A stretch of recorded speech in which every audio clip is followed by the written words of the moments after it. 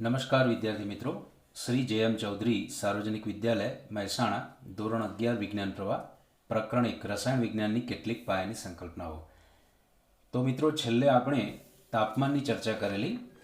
આપણે તાપમાનની ચર્ચા કર્યા પછી આજે પેજ નંબર 8 ઉપર વૈજ્ઞાનિક સંકેત પદ્ધતિની થોડીક આપણે માહિતી મેળવીશું. વૈજ્ઞાનિક સંકેત પદ્ધતિમાં લખવાની એક પદ્ધતિ શીખવાની છે આપણે, કે જેમાં એનની જે કિંમત છે કેપિટલ એનની 1 થી 9 વચ્ચે હોય છે, શૂન્ય સિવાય 1 થી 9 વચ્ચે હોય છે. અને અહીંયા જે સ્મોલ એન દર્શાવેલો છે એ ઘાત સ્વરૂપે પ્લસ માઇનસ સંખ્યા કોઈ પણ હોઈ શકે. હવે ધારો કે 2 ગ્રામ હાઇડ્રોજનના અણુઓની સંખ્યા કેમિસ્ટ્રીમાં આ પ્રમાણે થાય. આટલી લાંબી કિંમત આપણે 0 સ્વરૂપે લખવા જઈએ તો એ ખૂબ કંટાળાજનક અને ભૂલ પડે એ પ્રમાણેની છે. તો આ પરિસ્થિતિમાં જો આપણે એને વૈજ્ઞાનિક સંકેત પદ્ધતિમાં લખવાનો પ્રયત્ન કરીએ તો એવી પરિસ્થિતિમાં એ ખૂબ સરળ બની જતી હોય છે. અને એ કેવી રીતે લખી શકાય એના સંદર્ભમાં આપણે ચર્ચા કરીએ. તો સૌપ્રથમ આપણે અહીંયા ગણીએ તો 3 અહીંયા શૂન્ય છે એવા 1 2 3 4 5 6 તેરી 18 19 20 21 22 અને 23 અંક આગળ એક પોઈન્ટ મૂકીએ છીએ.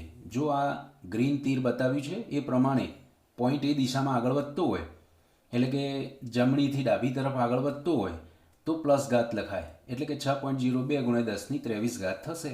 આમ તો અહીંયા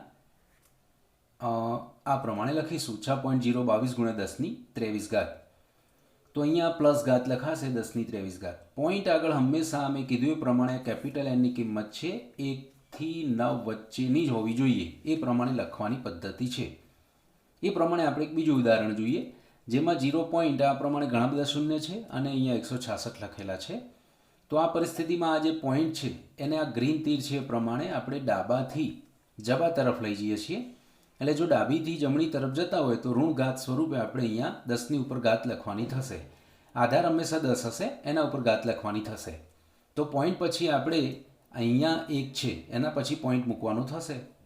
તો 1 2 3 4 5 6 7 8 9 10 11 12 13 14 15 16 17 18 19 20 21 22 23 અને 24, એટલે 1.66 ગુણ્યા 10ની -24 ઘાત લખાશે.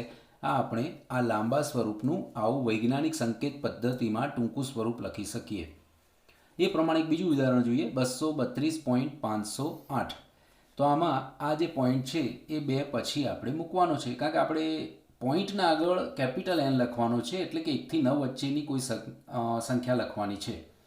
એટલે 2.32508 બરાબર 32508 આ પ્રમાણે પોઈન્ટ પાછળ આવશે.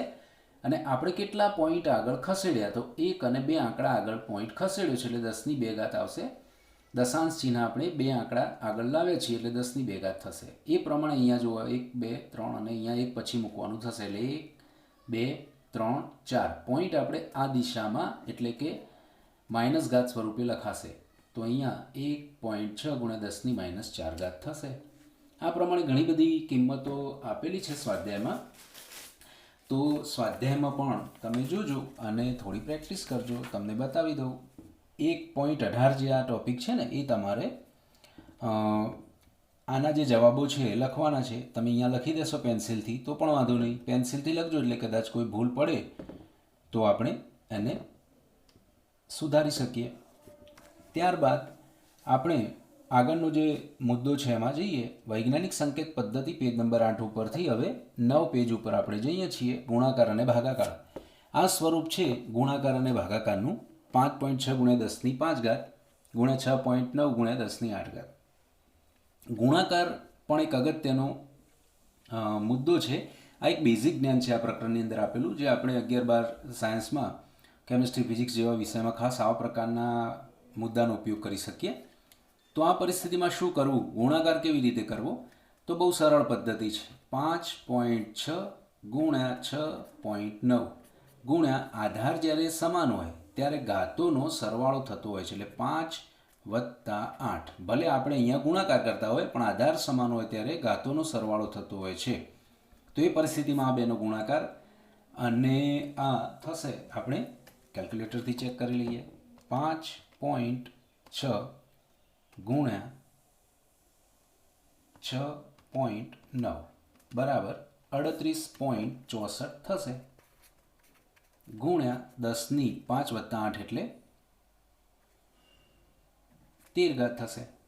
આ જવાબ તમે જોઈ શકો છો, પણ આપણે આને વૈજ્ઞાનિક સંકેત પદ્ધતિમાં લખીએ તો 3.864 ગુણ્યા 10 ની પોઈન્ટ આપણે આ બાજુ લાવ્યા છીએ. યાદ રાખો, આગળ લાવીએ છીએ તો પ્લસ ઘાત ઉમેરાય એટલે 13 હતી, એક દશાંશ ચિહ્ન આગળ ખસેડ્યું એટલે 13 હતી પણ એક ઉમેરાશે એટલે 14 થશે. તો આ પ્રમાણે ગુણાકારનો આપણે જવાબ મેળવી શકીએ. ત્યારબાદ આપણે થોડીક વાત કરીએ છીએ ગુણાકારની આગળના એક ઉદાહરણથી.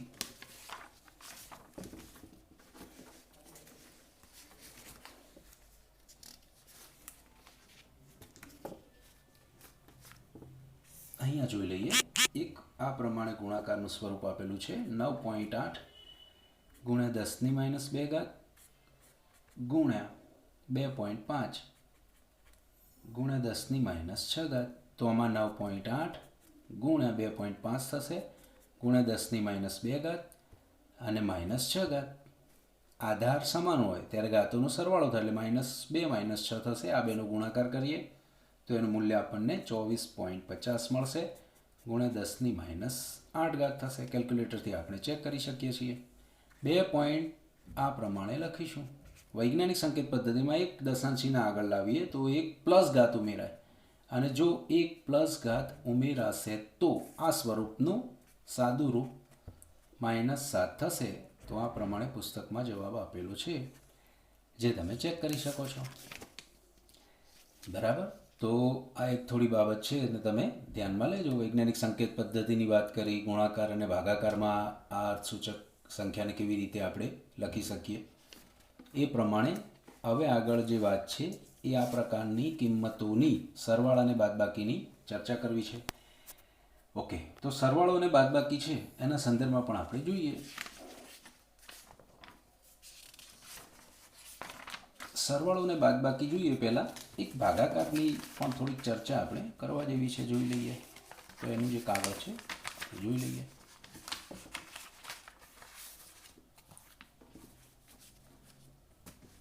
તો અહીંયા આ છે ભાગાકારનું ચર્ચા. આ દાખલામાં પુસ્તકમાં ભૂલ છે.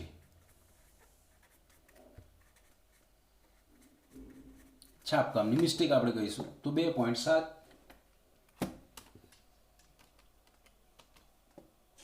ભાગ્યા 5.5 આનું સાદુરૂપ 0.49 આ પ્રમાણેથી આપણે પોઈન્ટ પછી 4 ડિજિટ લખીએ છીએ. હવે સાંભળજો, 10 ની -4 ઘાત અંશમાં જશે એટલે 10 ની -3 તો હતી, પણ 10 ની -4 જાય તો એ પ્લસ થઈ જાય, અને જો પ્લસ હોત તો -7. હવે પુસ્તકમાં શું ભૂલ છે જોઈ શકો છો. અહીંયા -4 ઘાતને અંશમાં લઈ જવાથી પ્લસ થવી જોઈએ, એની જગ્યાએ તે માઇનસ જ છે. તો આપણે એ સુધારો થોડોક કરવો જોઈએ, તો આપણે સુધારો કરી દઈએ.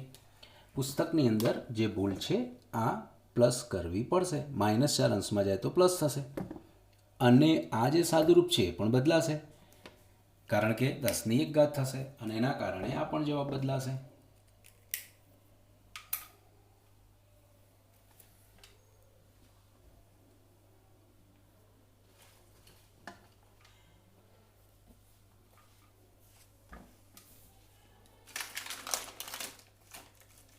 તો એ થોડુંક તમે ચેક કરી લેશો.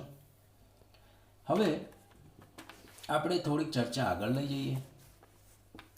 આ જે છે એનું સાદુરૂપ આ પ્રમાણે થશે ગુણ્યા 10 ની 1 ઘાત થશે, અને જો વૈજ્ઞાનિક સંકેત પદ્ધતિમાં લખવાનો પ્રયત્ન કરીએ તો આ પ્રમાણે લખી શકાય.